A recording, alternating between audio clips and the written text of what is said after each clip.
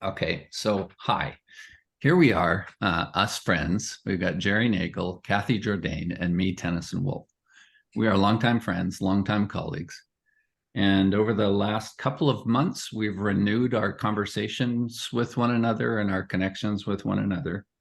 And along the way, we said, gosh, it'd be fun to have some conversations together and maybe record them. And maybe it's a podcast, or maybe it's just a couple of little one-off kinds of things. But we said, let's consider being in some of our conversations of learning together in a way that we might be able to share with others. So we came up with this little theme called Shades of Life. Jerry, I think you were the one that really spoke to that, and you can speak some of what that is if you want as we go here. And then we just decided, we are longtime friends, and I think we all have a love of learning, and we all have a love of creating learning also. And we have a love of kind of being curious with one another, or maybe even co-lamenting together or co-celebrating together. Like all of that is the kind of learning that I think we each have some orientation to. So we decided that we would do something like this. And we're not coming in with a scripted particular topic, although we have said hello to each other today and named a couple of topics, a couple of threads that we could pull on, as you two have been referencing. So all of that is a start, but maybe there's a little hello voice from each of you, and then we'll see what threads we want to pull on together for a moment of curiosity and learning in friendship. How does that sound? Great. So hello. And I've been looking forward to this conversation all week long. The ones that we've had previously have been just delightful. And what's been fun is every now and then, Kathy and I have been in conversations and we're like, we should have recorded that because, because they get so rich and rewarding. And we felt that a couple times in the previous conversations the three of us had. And so here we are. And Shades of Life, which we're kind of playing with, is a phrase in the Beatles song Across the Universe. And it's a favorite song of mine, but it's also just thinks of all that there is across this universe that we can explore and touch into in breadth and depth, and the beauty, the good, the bad, and the ugly, if we want,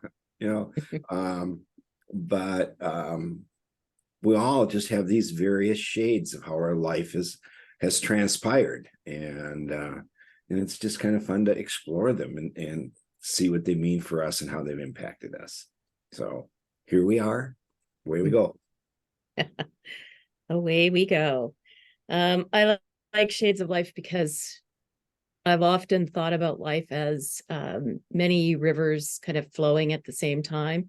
And you can't stop the flow of any one thread of life. There's work, there's friends, there's the personal life that you build, there's relationships, there's taking care of people, like all of that always shows up. And it's all shades of life. So there's a bit of that in this for me. As Tenneson mentioned about reconnecting and renewing friendship, which is a beautiful thing. And it doesn't always happen. I actually, on the weekend, my grandkids were here, 5-year-old and 3-year-old, and we were making a birthday cake for their mom. And it's a birthday cake that comes from a recipe book that has been in my family forever. And it's a cake recipe everybody asks for, even though it's just a simple cake. And I've been making it for decades. Like I've been making it all of my life. And it inspired a little poem around thinking about how I often feel untethered from my long past, from my childhood and my youth. But someone who was a best friend in my childhood commented when I posted about the birthday cake. She posted about remembering me making that cake, and then all of a sudden there is a thread that got pulled from my early days of life to now. And it was kind of a remarkable thing.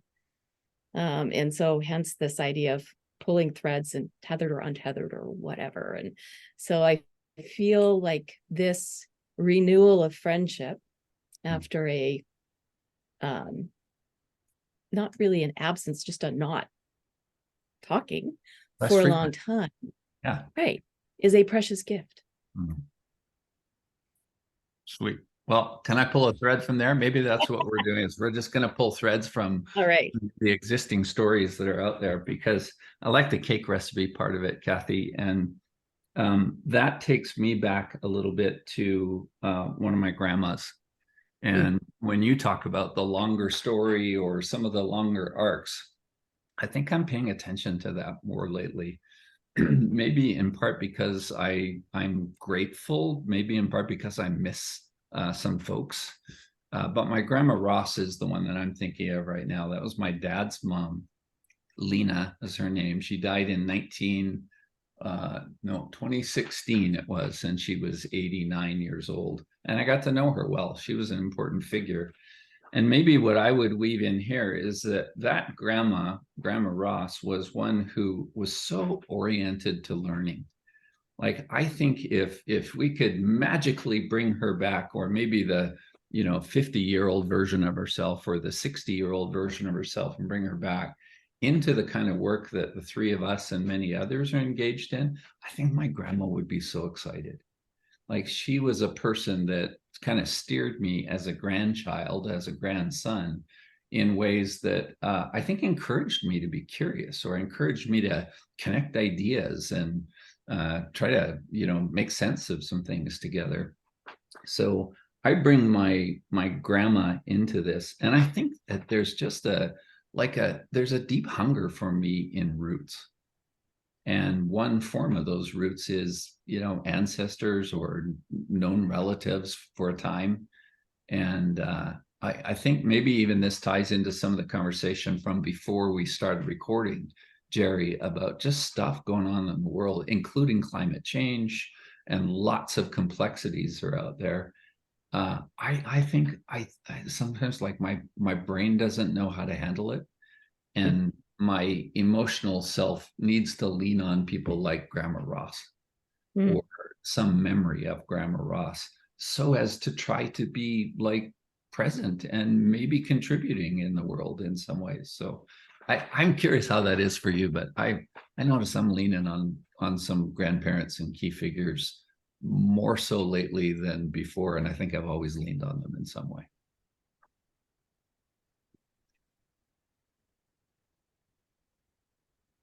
What really is emerging for me strongly here is the role of memories, and how memories are really gifts that someone has given to us.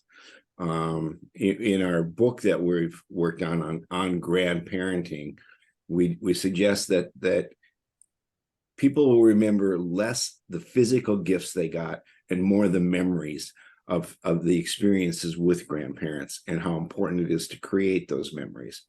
And like the two of you, I could name several memories that I associate with specific grandparents that to this day, they're very vivid to me.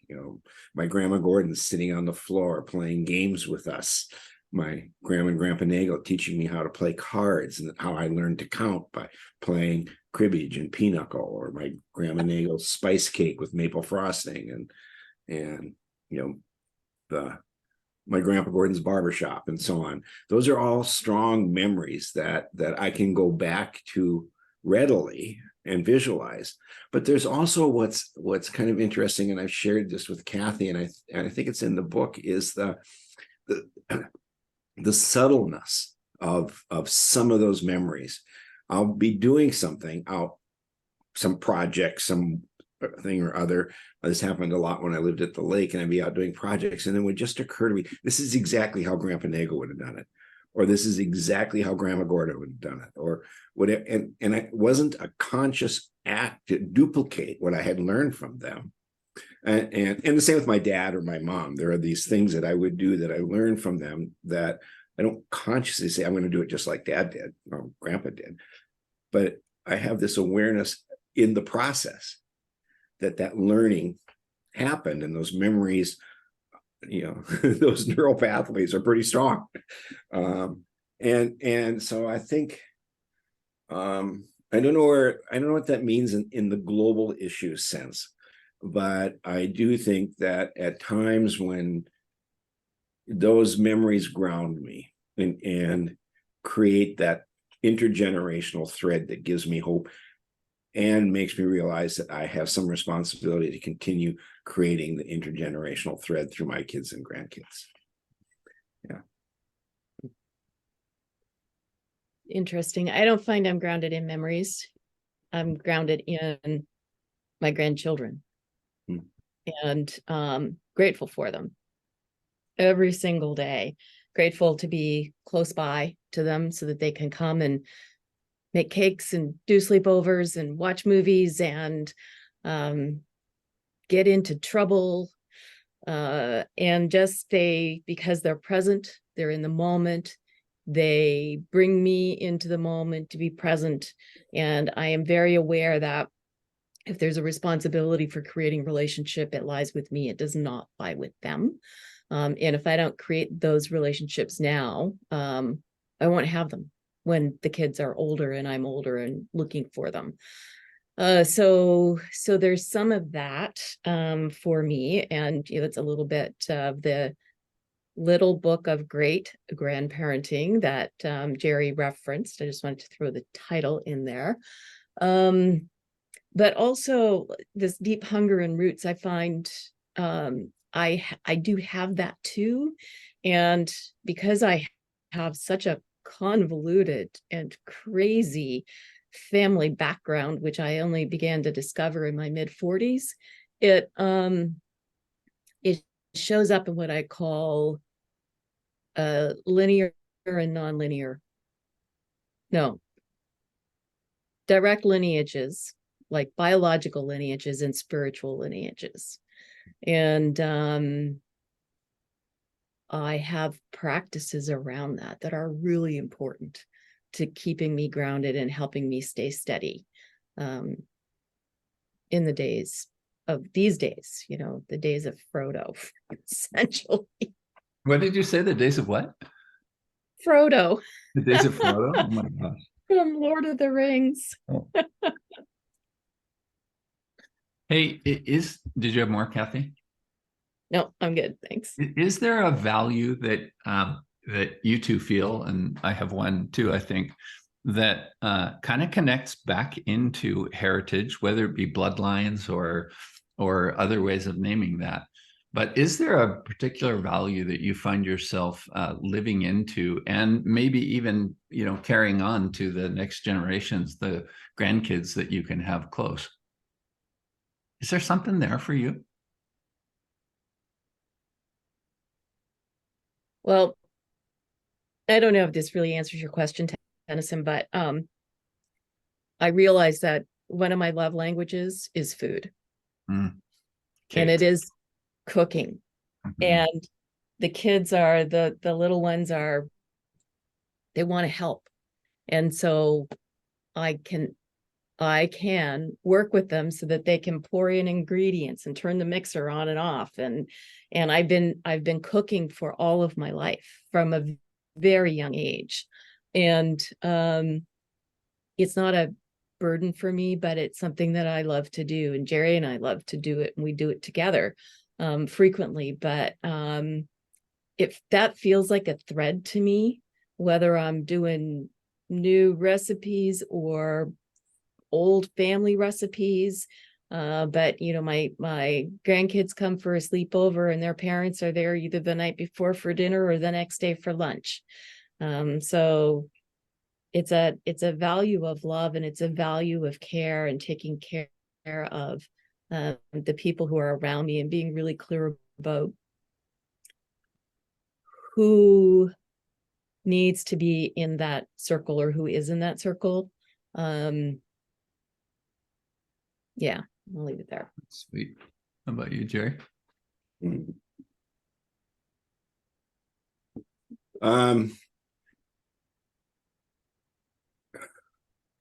So in the Doors song, Roadhouse Blues, there's a couplet right near the end that goes, I woke up this morning and I got myself a beer. The future's uncertain and the end is always near. And, you know, I think about that in the way that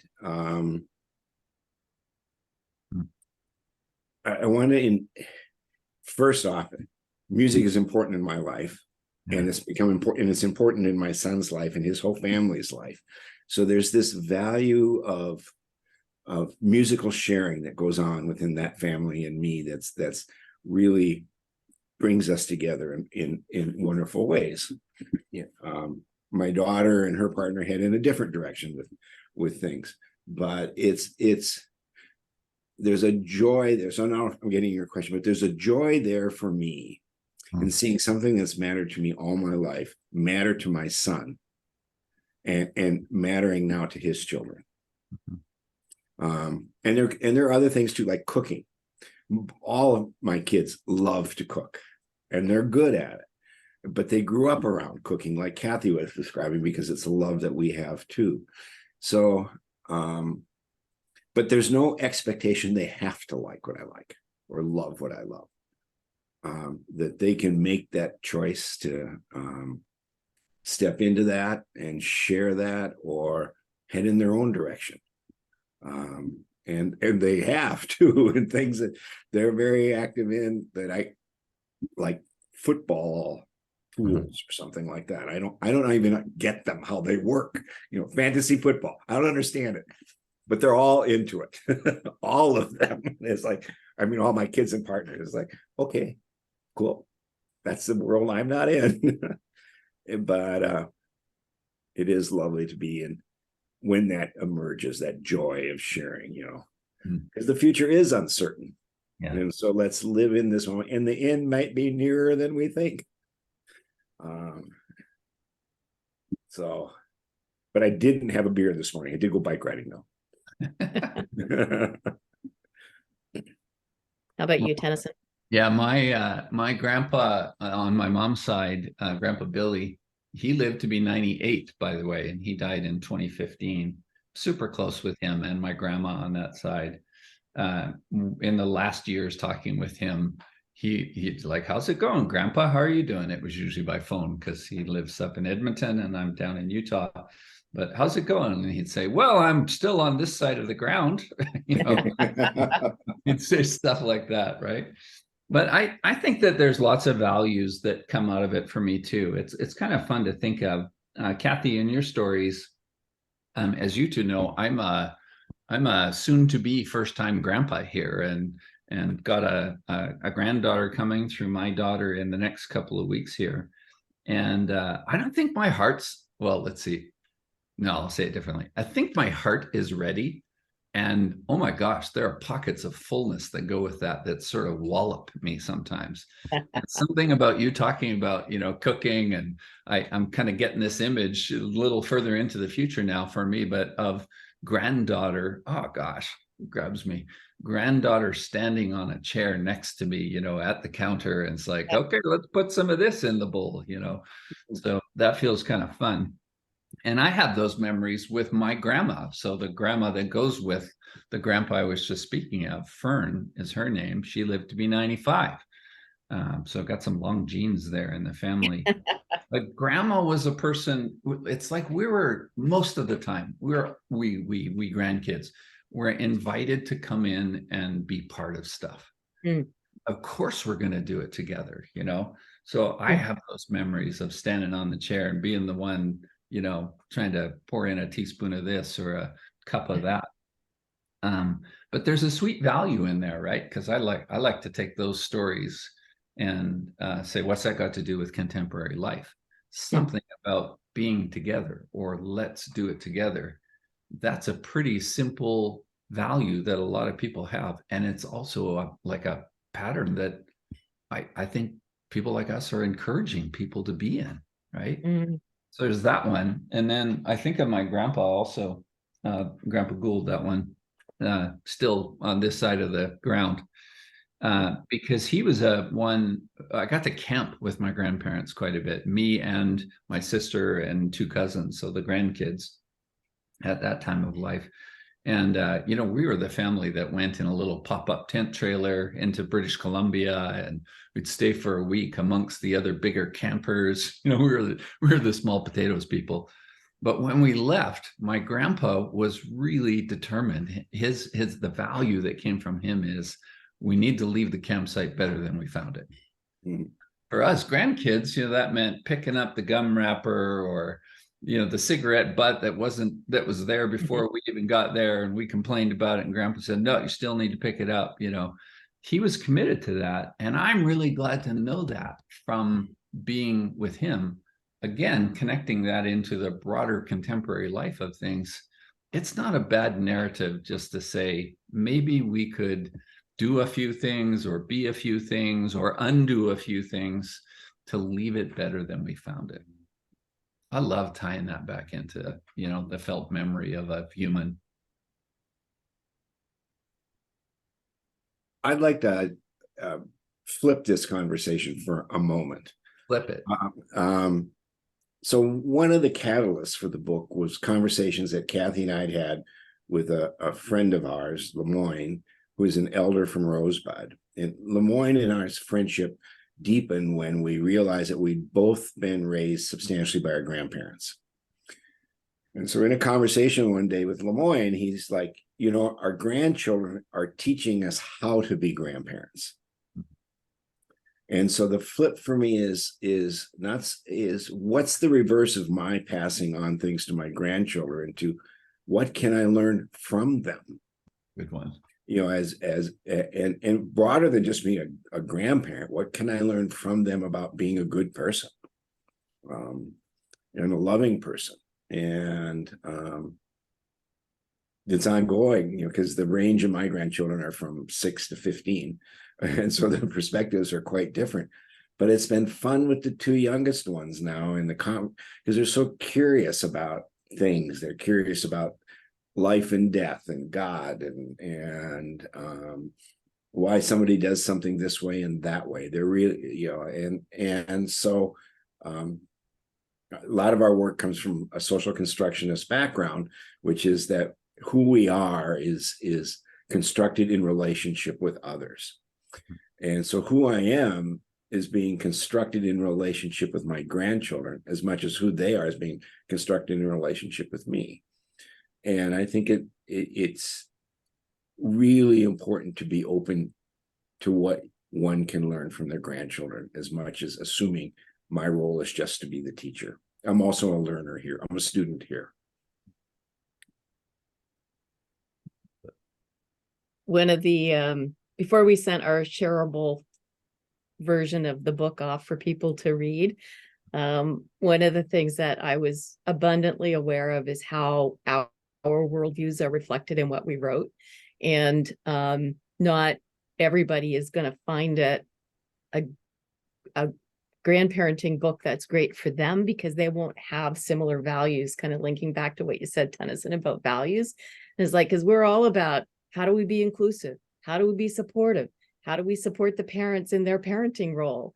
How do we create environments where our grandchildren feel safe and interacting, where we can be interacting with them or doing what Jerry just said around learning with them or from them. And so I just find that I find myself reminded of that in this moment, that, how we view life and how we write about things is not how everybody does, but we don't need to reach everybody. We just need to reach people who want to learn a little bit about how to be even more supportive for their grandchildren. Yeah. I think if there's a thread in here for me that kind of weaves all of this together, we do need each other. Like, it's funny that I say it with that tone, even, right? Because it's such well, in the worldview that I come from, it's pretty obvious, but I also resist that too. Like, there are parts of me that resist, I don't know what, resist the being together, but I'm just going to name that and put it over in the corner for a moment, because I think the bigger point is,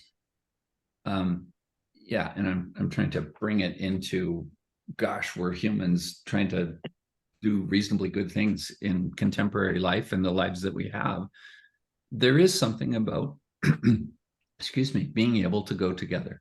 There is something about being able to learn together. There is something about being able to create invitations where we're able to do things together, or maybe have the clarity too. Like sometimes the grandparents would say, get out of the damn kitchen. It's not time for you to be in the kitchen. You know, that's an important piece of it here also.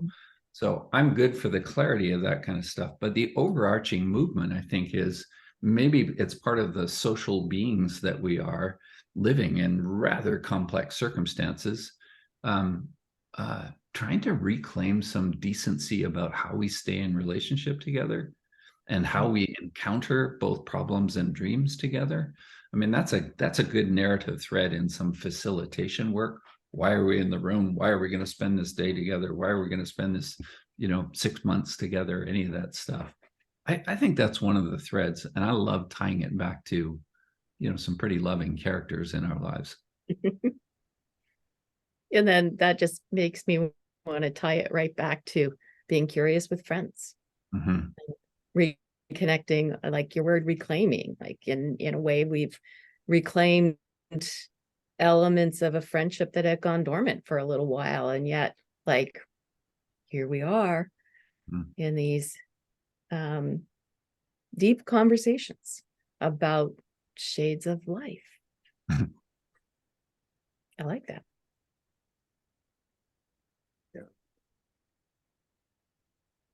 Yeah.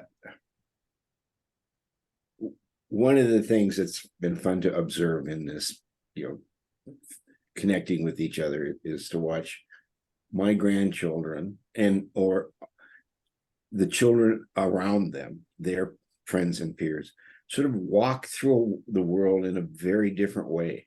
They, I took my grandkids to the zoo the other day, and we're nearing the end, and there's a big playground, and kids are playing in the playground. Like, can we go, Grandpa, for a while and play? And sure, go ahead. And so there's only one way in or out, so I wasn't too worried about them in the playground. So I just sat down and watched other people wandering around, and I went in to check on them, and it's like they are in the midst of a game of tag with kids that they never met before, of all shades of color, and they're just in it. And it's because we're kids and we want to play, and the rest of this noise that adults want to make about people doesn't really matter to us. We want to be in this moment in relationship. We could certainly learn a lot as adults in how they can, in the moment, be so open with each other and see just the joy of the play and not something superficial about who they're playing with.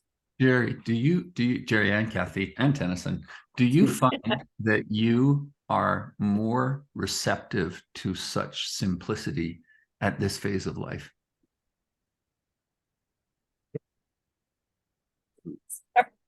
That just makes me laugh, Tenneson, because I'm just like, oh, simplicity. Oh, more receptive. I don't know. I think a lot of the world is complicated and complex. Yeah, but the one that I'm naming right now, Kathy, is look at the kids playing in there. They didn't even know each other. Right. And you, Jerry, sitting on the bench or whatever you're doing there, you can pull out of it something that kind of lands in your heart. Are you more, it's not like that's the first time that little encounter has happened, but are you more receptive to it as the Jerry of 2023 or the Kathy of 2023 than you were, maybe 20 years ago? I'm going to say that I've always seen that. So I'm not sure I'm more receptive to it. I have more, when I have the kids for a sleepover, I can lay on the bed with them until they go to sleep, and it's perfectly fine. I have a lot more patience than if I would have them when I had my own kids, wanting me to lay on the bed every single night till they fell asleep, and I had other things to do. Like, so I think that there's a difference in my the spaciousness of time that I have available for the grandchildren when they're here once every couple of weeks overnight, versus like the craziness of trying to parent and work and all of that other stuff all in that same space. So I think there's that for me. Yeah. I guess I would say, Tenneson, and that's a great question. And I would say what I am working at this stage in my life is decluttering the noise in my head. That's, whatever I'm observing, just observe people in relationship, enjoy, and let go of making up stories, about what I'm observing, decluttering the noise, and just being in the moment. Yeah. Love it. Okay, how are we gonna, well, go ahead. How are we gonna tuck this in, friends?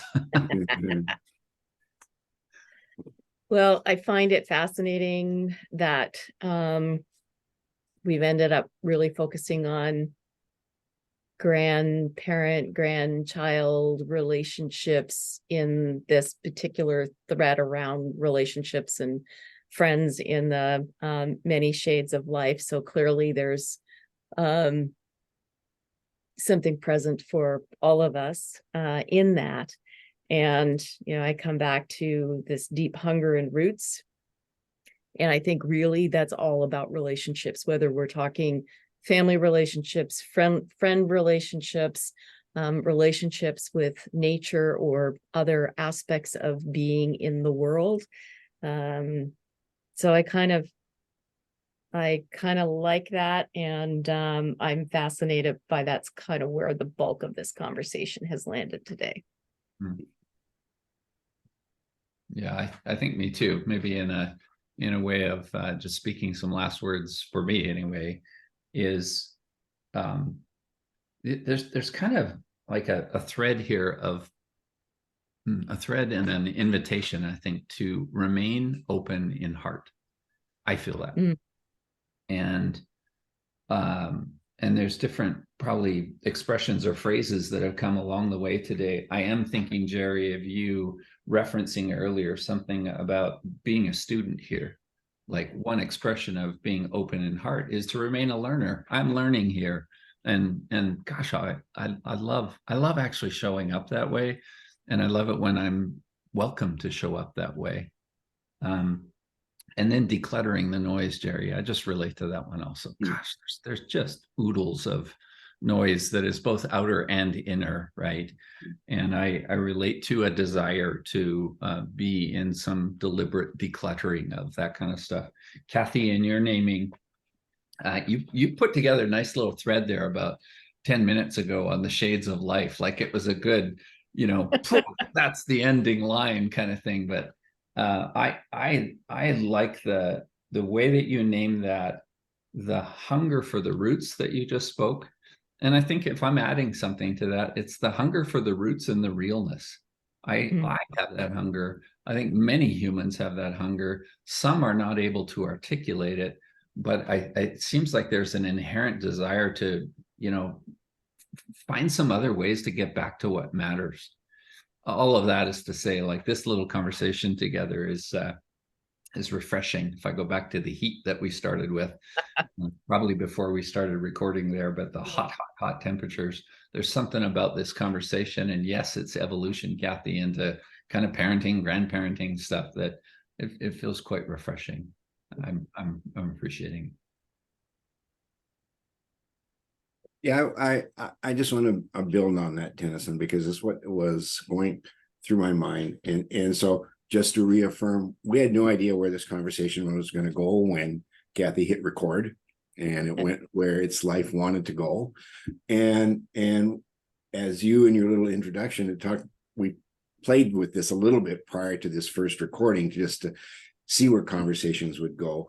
And and what's been just lovely is that we didn't get into politics and we didn't complain about this or that, and I'm everywhere you go, that at least in the US, the topics, I'm growing weary of them. And so to be in this kind of joyful friendship conversation is, as you said, refreshing. And I'm thinking I need to try to do more of that just with people out there I know, and not get dragged into these other conversations that are energy sucking, and be in more of them that are energy building, and that's what today has been for me. Yep. Any other last words there, Kathy? Peace out. Peace out. There we go. Till next time.